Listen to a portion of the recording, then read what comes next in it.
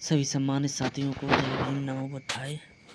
साथियों, आप लोगों के बीच एक अहम जानकारी लेकर आया हूँ, महत्वपूर्ण जानकारी लेकर आया हूँ साथियों, कि हमारा देश एक टाइम साथियों सोने की चिड़िया हुआ करता था। आज ये इतना गरीब कैसे हो गया।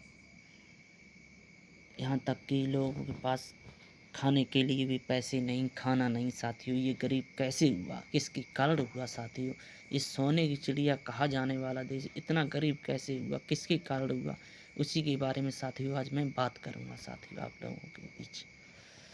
साथियों, ये हमारा देश सम्राट अशोक के टाइम 52 लाख किलोमीटर में था। चीन, फ्रांस, अमेरिका जैसे कई देश के राज्य हमारे भारत देश में ही आते थे साथियों।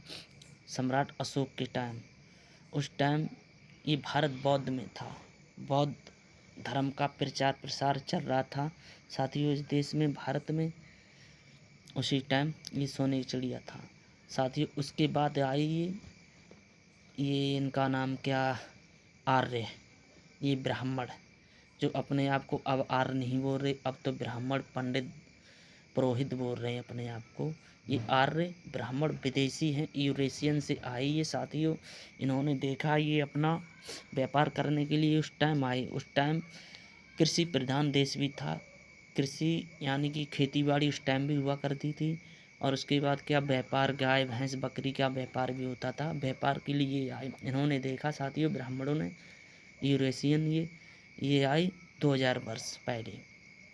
इन्होंने देखा कि ये देश में बहुत पैसा है, सोने की चिड़िया जैसा देश है, इसमें अनाप शनाप पैसा है, लोगों के पास कितना सारा पैसा है, सोना चांदी है। इन्होंने देखा, इन्होंने क्या किया साथियों, कई साल बाद 100-200 साल यहाँ पे, 100 साल 200 साल यहाँ पे बिजनेस धंधा किया।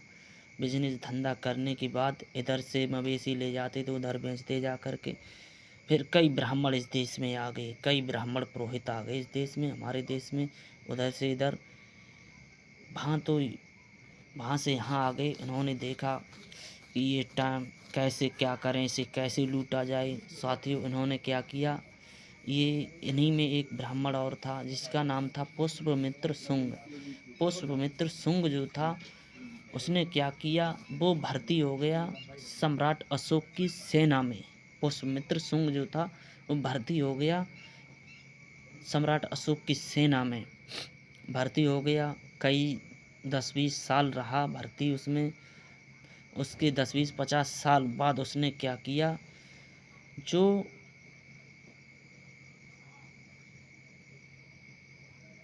क्या नाम, क्या अंतिम राजा हुआ करता था, बृहदत्त। सम्राट अशोक के बाद बृहदत्त जो अंतिम राजा था, इन्होंने क्या किया, इसने मनवादी, क्या नाम इसका, ये पुष्पमित्र शुंग ने उसकी धोखे से चुपके से हत्या की। हत्या करने के बाद इन्होंने ब्राह्मणों ने बौद्ध भिक्षुओं को कत्लेआम किया। और उसी टाइम सम्राट अशोक ने 84,000 बौद्ध मठ बनाए थे, उन्हें तोड़ तोड़ कर इन लोगों ने अपने काल्पनिक देवी देवता स्थापित कर दिए। उन्हीं 84,000 बौद्ध मठों को तोड़ के, बौद्ध विहारों को तोड़ के इन लोगों ने अपना उल्लू सीधा किया, अपने काल्पनिक देवी देवता हर जाति में बना दिए और अपना पाखंड अंधविश्वास फैलाने लगे और अपना ये धंधा करने लगे। बृहदत्त मरने के बाद इन्होंने अचानक से आक्रमण कर दिया। आर्यों ने बौद्ध भिक्षुओं को कत्लेआम मारना शुरू कर दिया। बौद्ध भिक्षुओं को मारने के बाद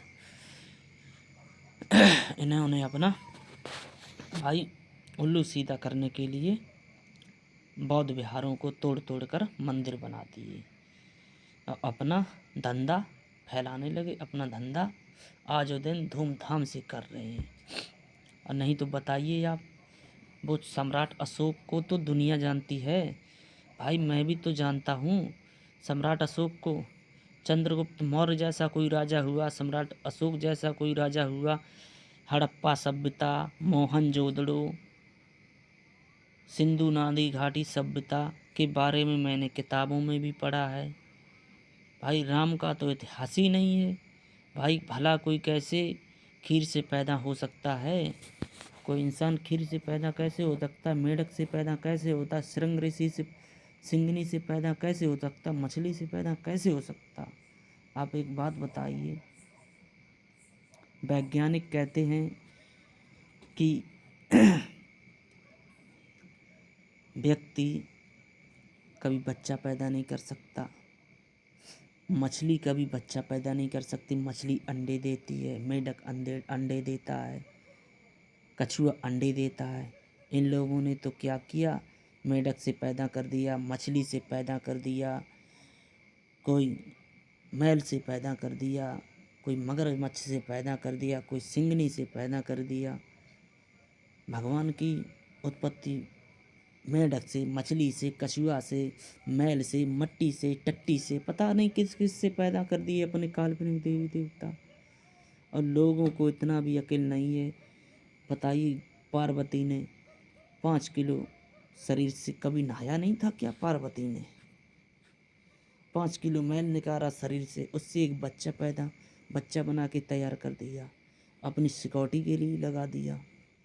सिक्योरिटी से लगा दिया।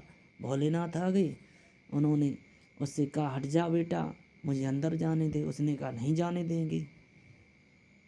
भोलेनाथ ने उसकी गर्दन काट दी। गर्दन काटने के बाद 15 किलो के बच्चे की गर्दन काट दी। गर्दन काटने के बाद 50 किलो की हाथी की गर्दन उसके सिर में फिट कर दी। बताइए, इतनी बड़ी हाथी की गर्दन इतनी छोटी गर्दन में कैसे लग जाएगी? और उसे 50 ग्राम के चूहे पे बैठा दिया। और इन पाखंडियों को, दलित पिछड़े आदिवासी, इतना भी अक्ल नहीं है, 50 ग्राम भी अक्ल नहीं है। ये उन्हें पूज रहे हैं। बताइए, सूर्य लाखों गुना बड़ा है। सूर्य को हनुमान जी निगल गए। यहाँ तक कि वहाँ लोहा भी जाए, लोहा भी भस्म हो जाएगा। सूर्य को हनुमान जी निगल गए। आग का गोला, हनुमान जी की पूंछ कैसे जल गई? हनुमान जी पूरा पत्थर उठा लाई। सीता हरण हुआ, राम को मालूम ही नहीं। लक्ष्मण शक्ति लगी, संजीवनी बूटी मिलेगी, राम को मालूम ही नहीं। सीता कहाँ है, राम को मालूम ही नहीं। सीता के 2 बच्चे हो गए, लव और कुश, राम को मालूम ही नहीं। धोबी के कहने पे सीता जी को घर से निकाल दिया।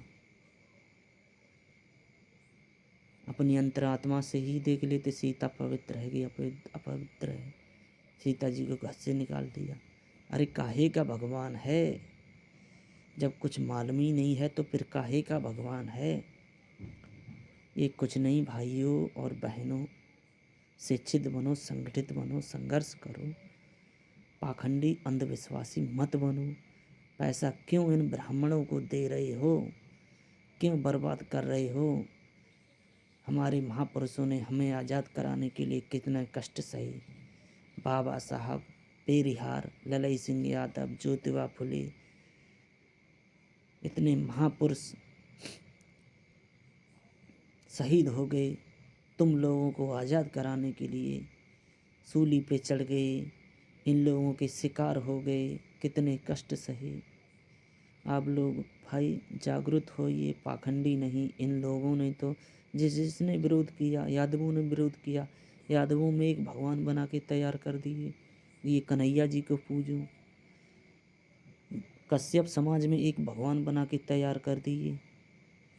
नाई समाज में एक भगवान बना के तैयार कर दिए। जाटव समाज में एक भगवान बना के तैयार कर दिए। धोबी जाति में एक भगवान बना के तैयार कर दिए। हर जाति में जिसने विरोध किया उसी जाति में एक भगवान पैदा कर दिए और स्वयं उसके गुरु बन गए। और कुंडली मार के बैठ गए ऐसे फन करके कि हम ही मालिक हैं।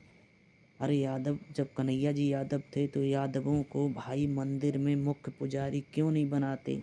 नहीं बनाएंगे भाई। जो रुपए चढ़ता है वो पैसा कौन लेगा? यादवों को बना देंगे, फिर यादव लेंगे। इसीलिए भाई शिक्षित बनो, पाखंडी अंधविश्वासी नहीं बनो। क्यों देश को बर्बाद करने पे तुले हो भाइयों? ये नेता तो वैसे भी लूट रहे हैं। अरे पैसा देने का इतना ही शौक है खाने खिलाने का इतना ही शौक़ है, किसी गरीब को खिला दो। लाखों गरीब भूखे मर रहे हैं देश में, उन्हें खिलाओ, उन्हें पैसा दो, उन्हें ज़रूरत है पैसे की। इन काल्पनिक देवी देवताओं को कब से ज़रूरत है पैसों की? इन ब्राह्मणों को पैसा दे रहे हो, कुछ भला नहीं होने वाला इस देश का।